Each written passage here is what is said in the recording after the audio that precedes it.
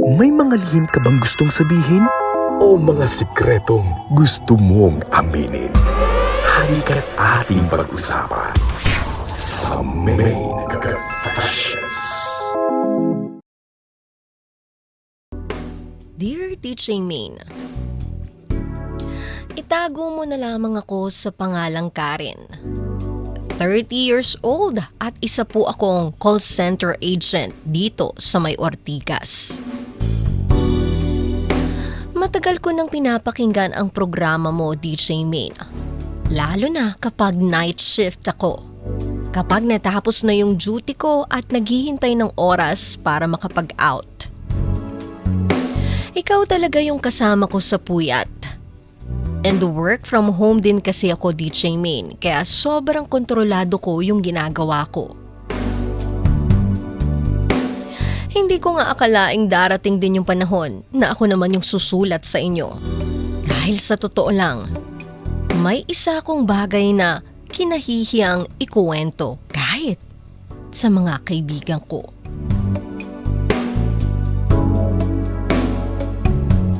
May boyfriend po ako ngayon. Tawagin na lamang natin siyang Paolo. 32 years old. Isa naman po siyang security guard. Wala pa kaming isang taong magkarelasyon. Pero dahil pareho kaming may trabaho at pareho kaming gustong sulitin yung oras namin sa isa't isa, nagdesisyon kaming mag-live-in dalawa. Noong mga unang buwan, parang nasa pelikula ako. Pag-uwi ko galing duty, nandoon siya para salubungin ako. Kapag pagod naman ako, siya yung naghahain ng pagkain. At dahil pareho kaming sobrang attached sa isa't isa, halos wala kaming oras na hindi magkatabi. Minsan nga, DJ Main, kahit nanonood lang kami, bigla na lang kaming nauuwi sa pagpapainit. At aminado kong sulit ang bawat saglit. Nung una, natutuwa pa ako dahil pakiramdam ko, ganun talaga mag-express ng pagmamahal. Pero habang tumatagal kasi, may napapansin ako sa sarili ko. Parang dumating na ako sa puntong mabilis nang mapagod. Minsan, pagkagising ko pa lamang, parang gusto ko na lang matulog ulit. Minsan naman, tinatamad akong gumawa ng mga gawaing bahay. At may mga araw na kahit day off ko, gusto ko lang humilata maghapon. Akala ko dahil lang sa puyat sa trabaho. Pero nang pagmasdan ko, parang may isa pang dahilan. At yun ang pagpapainit namin ni Paolo. DJ Main, may mga pagkakataong kasi na gusto ko lang magpahinga pero nahihiya akong tumanggi. Baka kasi maisip ni Paolo, hindi ko na siya gusto. O baka akalain niyang nagsasawa na ako sa kanya. At yun ang pinakaayaw kong mangyari. Pero nung isang gabi, DJ Main, doon ko napatunayan na baka hindi na talaga biro yung nararamdaman ko. Dahil habang nakayakap siya sa akin, naramdaman ko yung paghapang ng mga daliri niya. Saka ko nabitawan ng isang salitang hindi ko inaasahang masasabi ko sa kanya. DJ Main, nung mga oras na yon, ramdam ko na kung ano yung gusto ni Paolo. Pero dahil sa sobrang pagod nga ako, mahina ko siyang sinabihan ng, Paolo, pagod ako, pwedeng bukas na lang? Akala ko may intindihan niya ako, pero hindi nagtagal.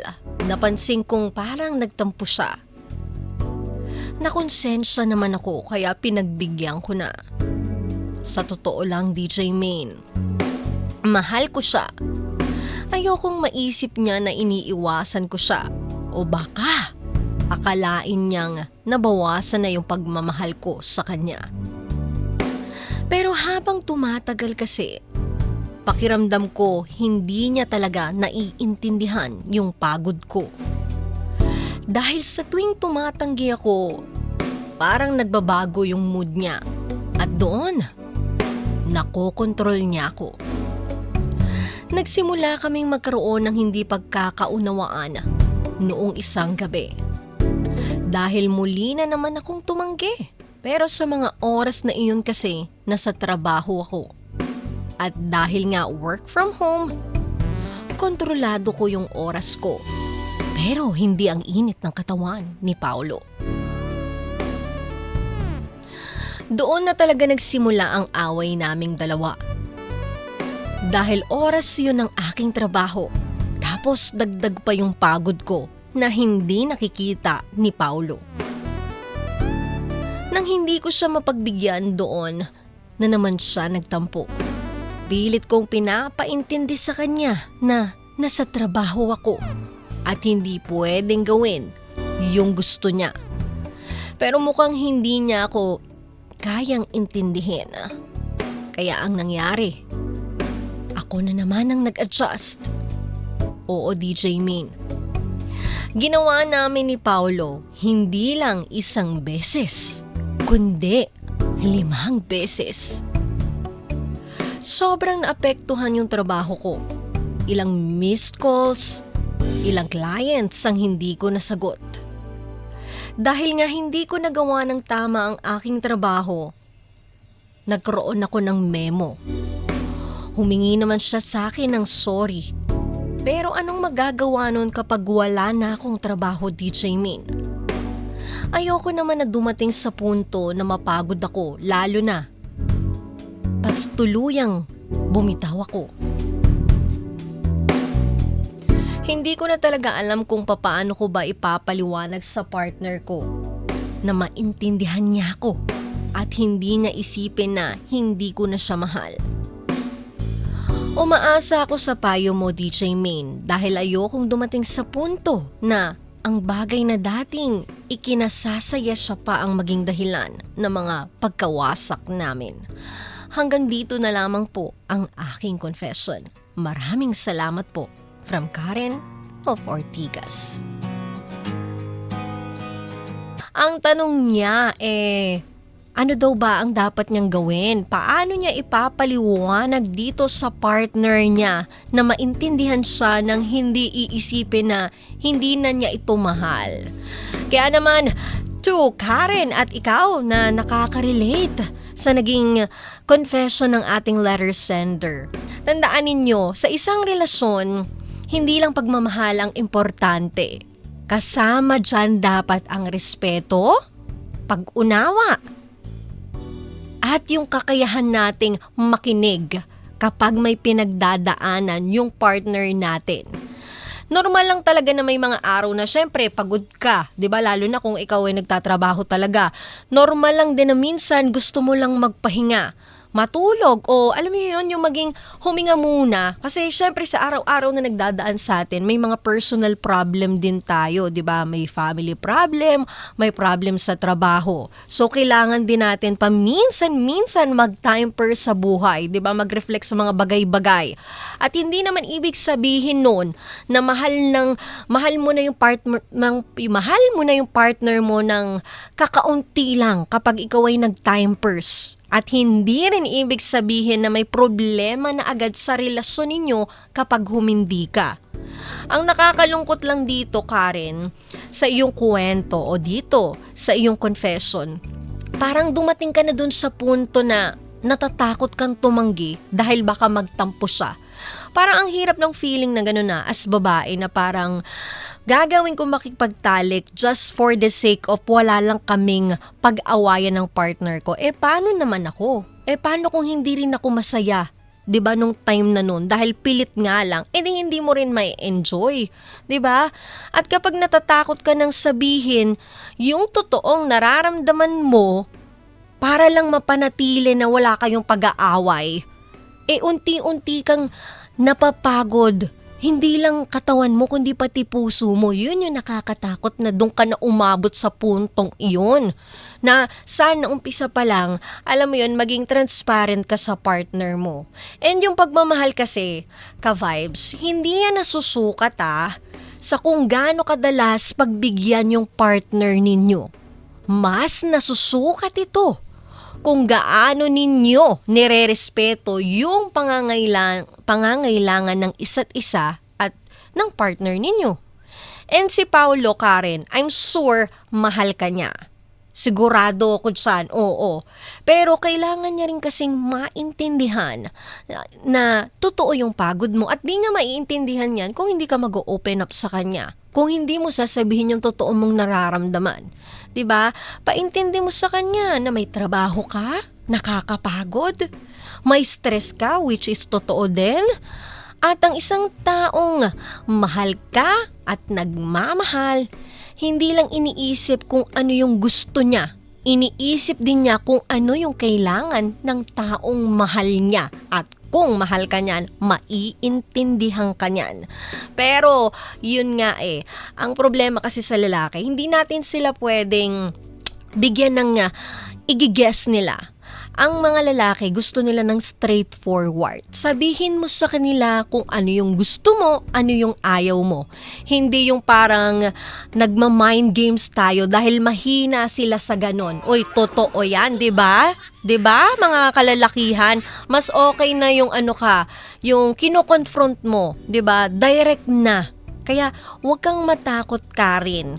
And subukan mo siya kausapin doon sa oras na kalmado siya, kalmado kayo pareho.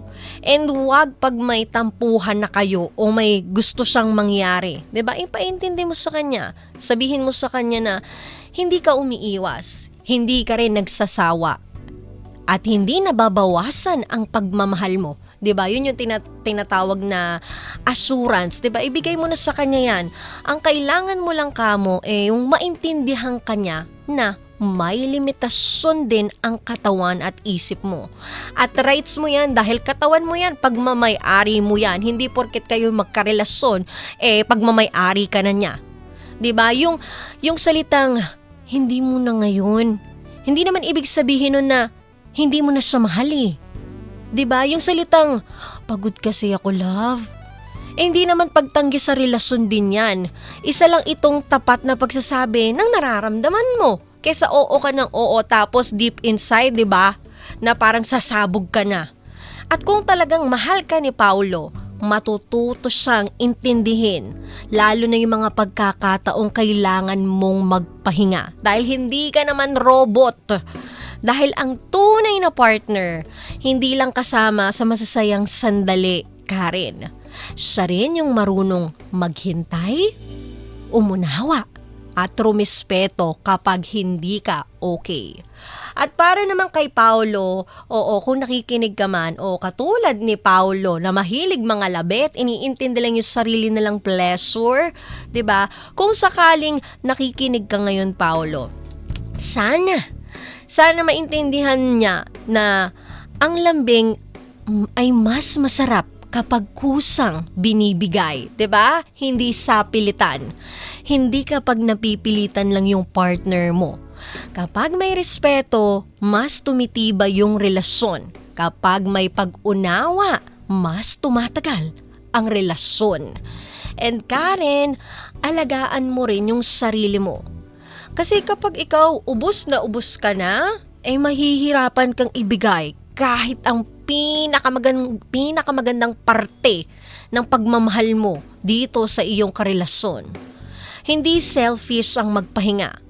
Hindi masama ang magtakda ng limitasyon at hindi mo kailangan isakripisyo yung trabaho mo, 'di ba? Yung health mo at yung peace of mind ng isip mo para lang mapatunayan mo na mahal mo ang isang tao. Dahil yung healthy na relationship, hindi dapat isa lang ang laging nag-a-adjust. Dalawa kayo dyan. Diba? Dapat pareho kayong natututong magbigay, makinig at umintindi. At doon mas nasusukat ang lalim ng pagmamahal. Hindi sa dami ng beses na pinagbigyan mo yung partner mo kakakalabit niya, 'di ba? Kundi sa dami ng beses na pinili niyang respetuhin ang isa't isa kahit magkaiba kayo ng pangangailangan. 'Di ba? Yung kaya niyang i-respect yung bawat nose mo. Kasi yung mga simpleng bagay na yan, kung inyong papalagpasin, hindi niyo namamalayan, lumalaki yan. At yan yung mas nagiging big problem sa isang relationship. Kaya matuto tayong mag-voice out, 'di ba? Hindi naman pag nag-no ka, hindi mo na mahal yung partner mo. Kailangan mo lang ipaintindi sa kanila, 'di ba? Tulad nating mga babae, gusto natin yan, yung assurance, naririnig natin yan. Ganon din yung mga lalaki kasi tao pa rin naman yan, may feelings pa rin yan. So I think tamang communication at hindi lang basta-basta communication. Dapat marunong makinig, marunong umunawa at marunong mag-adjust. Tandaan ninyo ka-vibes, love is not proven by how much you take, but by how much you understand. May mga sugat na hindi agad gumagaling sa isang sorry, pero nagsisimula itong maghilom kapag totoo ang pagmamahal.